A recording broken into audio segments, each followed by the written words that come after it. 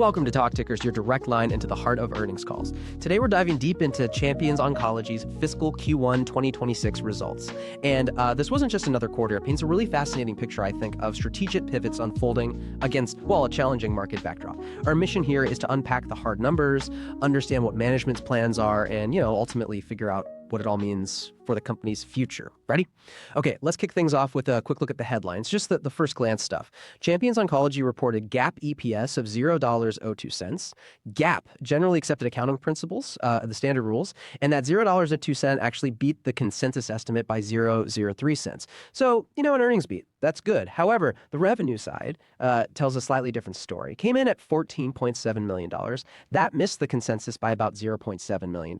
It represents a slight year-over-year decline, 0.7%, not huge, but a decline. And we also saw gross margin take a notable hit, landing at 43% compared to, well, a much healthier 50% last year. Yeah, and what's immediately clear there is how the initial market reactions seem to just zero in on that revenue miss, and the pressure on profitability, too. That led to a pretty cautious, almost negative immediate sentiment. It's a classic mixed print scenario, right? Where even a positive EPS surprise can get overshadowed if the top line looks weak or if there's concern about core operations. The market often keys in on those revenue trends first. Right, the headlines. But as we know, the real story is often digging a bit deeper. So that $14 million in revenue, while basically flat year over year, it's actually a pretty solid rebound from the previous quarter, Q4 FY25. That was $12.4 million. So sequentially, things are looking up. That's worth noting. And breaking down that revenue mix, roughly $13.7 million came from their core research services business. The rest, the balance, from their newer emerging data platform. And if you connect that to the bigger picture, the profitability metrics really tell a story of investment. Intentional, yes, but costly investment. The company recorded a GAAP operating loss of about $500,000, $2.53 million. That's a big shift from the operating income of $1.3 million they posted last year, a real swing. And adjusted EBITDA, that's earnings before interest, taxes, depreciation, amortization, kind of a cleaner look at operations. That was way down too, just $60,000 compared to $2 million a year ago. A huge drop. And like you said, a major contributor to this pressure was definitely that gross margin decline. Okay, and here's where it gets, I think, particularly interesting for the longer term view. That gross margin dip from 50% down to 43%. They attributed it primarily to increased outsourcing costs for something called radiolabeling work. Now, for listeners maybe less familiar, radiolabeling it's a highly specialized process, crucial for tracking compounds, how drugs move through the body in studies. But management has a very clear plan here. They intend to bring this capability in-house over the next few quarters.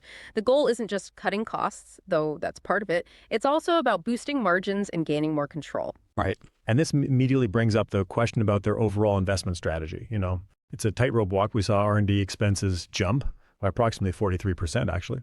About $1.6 million more, specifically to support that data platform growth. And sales and marketing are also up, about $0.2 million, again, driven by expanding the team for that data business. Management was very clear, very explicit. These are intentional investments. It's a near-term trade-off against profit, absolutely, but they see it as strategically vital for scaling the high-margin data business, vital for the pipeline. We also saw G&A expenses tick up from maybe $0.2 million, mostly IT costs. Some of that might be temporary, they suggested. But the key insight here, I think, is that classic innovator's dilemma playing out, betting big on the future, higher margin stuff. While the core business shows these immediate profitability cracks because of those very investments, it feels like a necessary bet, but one that needs watching closely. Definitely. And this quarter also marked a pretty significant leadership transition. Rob Brainin stepped in as the new CEO back in July, succeeding Ronnie. He was already on the board, so he knows the company, knows the strategy. What's the immediate significance of this change? What did the call tell us about his mandate? Yeah, it seems like a pivotal moment.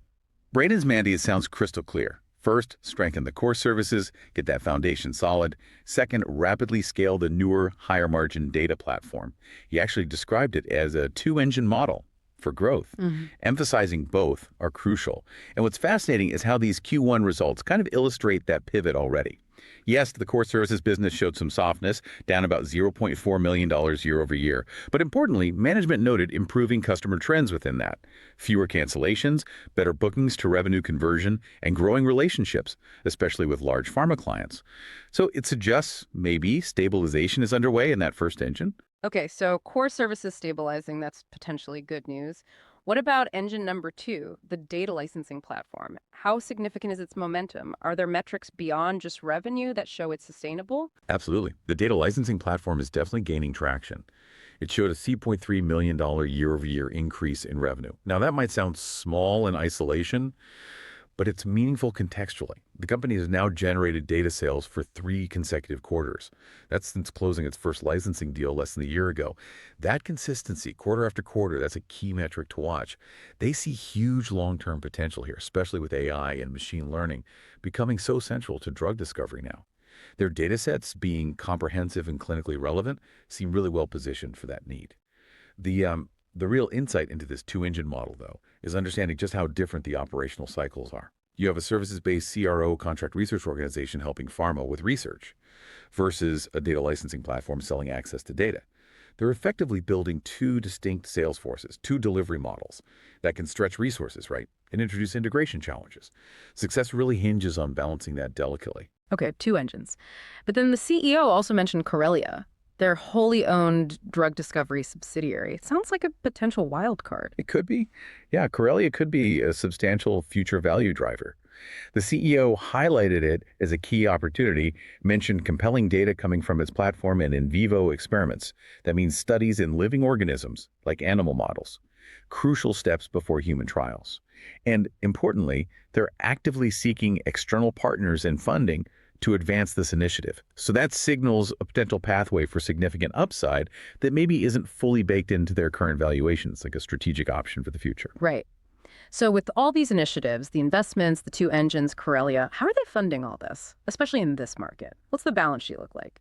Actually, they're in a relatively strong position there. They ended the quarter with about $10.3 million in cash and, crucially, no debt. That's a big plus right now. On top of that, they actually generated positive operating cash flow this quarter, about $2.6 million.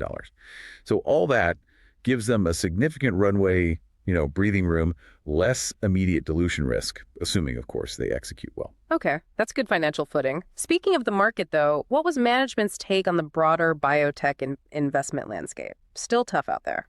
Yeah, connecting this to the bigger picture, management basically said the landscape is still challenging. R&D budgets are still under pressure across the industry. However, they use the phrase cautiously optimistic. They noted those improving trends we talked about, fewer customer cancellations, better bookings conversions, signs suggesting a gradual market rebound. So not calling for a boom exactly, but maybe seeing some green shoots, suggesting the worst might be behind them. Okay, cautiously optimistic. Looking forward then, did they give any specific guidance or hints about the next few quarters? What should we expect? They anticipate sequential revenue growth. So growth from Q1 to Q2, Q2 to Q3, and so on, and margin improvement in the coming quarters as well, driven by both the services pipeline and demand for the data platform.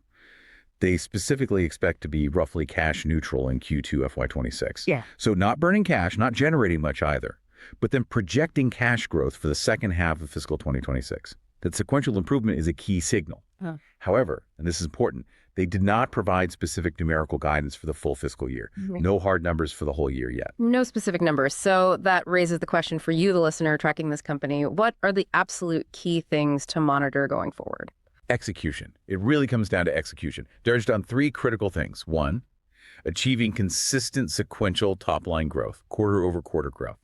2, successfully recovering that gross margin as the radiolabeling work moves in-house.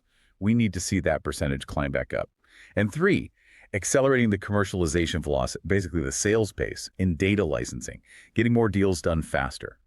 Beyond those numbers, specific updates on the insourcing timeline will be key. When exactly is that happening? Any new data license wins announced, milestones for the radiopharma services, and definitely any more color on the Corellia pipeline readouts. Those will all be important catalysts to watch. The next few quarters are really the test. Okay. We've dissected the numbers, the strategy. Now let's step into our This Is Not Financial Advice segment. This is where we pitch an outrageous but plausible trade idea based on the call, just for fun, strictly informational. All right. So given that initial negative market reaction to the revenue miss, but also management's really clear strategic pivot, those plans for margin recovery, the data platform growth, here's an idea. a long-term bullish play on the ticker, CSBR, using a calendar spread option strategy, focusing maybe on late 2026 or early 2027 calls.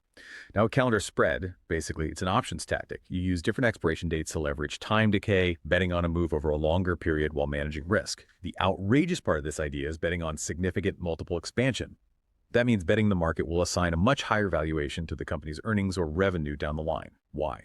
Because they're transitioning, potentially, from that traditional CRO model to this hybrid services and data platform, which the market might see as more valuable, more like software.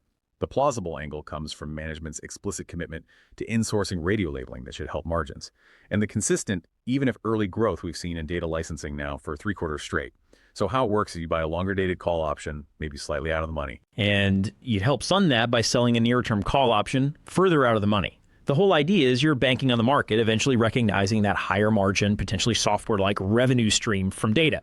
Plus, the potential for Corellia's external funding to be a big catalyst down the road.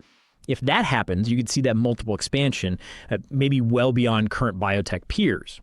The trade essentially buys time for Brainin's 2-engine model to actually prove itself. Interesting. Okay, to wrap things up then. Champions Oncology's Q1 FY26 really showed a company in transition, didn't it? We saw that mixed financial print led to some immediate caution from the market. But beneath that, there's a very clear strategic pivot towards CEO Rob Brainin's 2-engine model. Stabilize the core, scale the data, and his path for margin recovery through insourcing, plus those deliberate investments, it's ambitious, but it's clearly laid out. Exactly. And putting it in context, the success really hinges on their ability to deliver that sequential top-line growth, execute on the gross margin recovery, and really accelerate data licensing, get that engine firing. While the biotech macro environment is still, challenging, management's cautious optimism, backed by that strong balance sheet, gives them some firepower, some resilience. The big question for you, the listener, really is, will these strategic bets pay off with a higher valuation before the market's patience potentially runs out? This has been Talk Tickers, your deep dive into Champions Oncology's latest earnings call. Remember, everything we discussed today is strictly for informational purposes. It is absolutely not financial advice. We hope this deep dive gave you some valuable insights. What stood out most to you from this call? What's your biggest takeaway on Champions Oncology's strategic bet? Let us know. Until next time, keep digging into those numbers.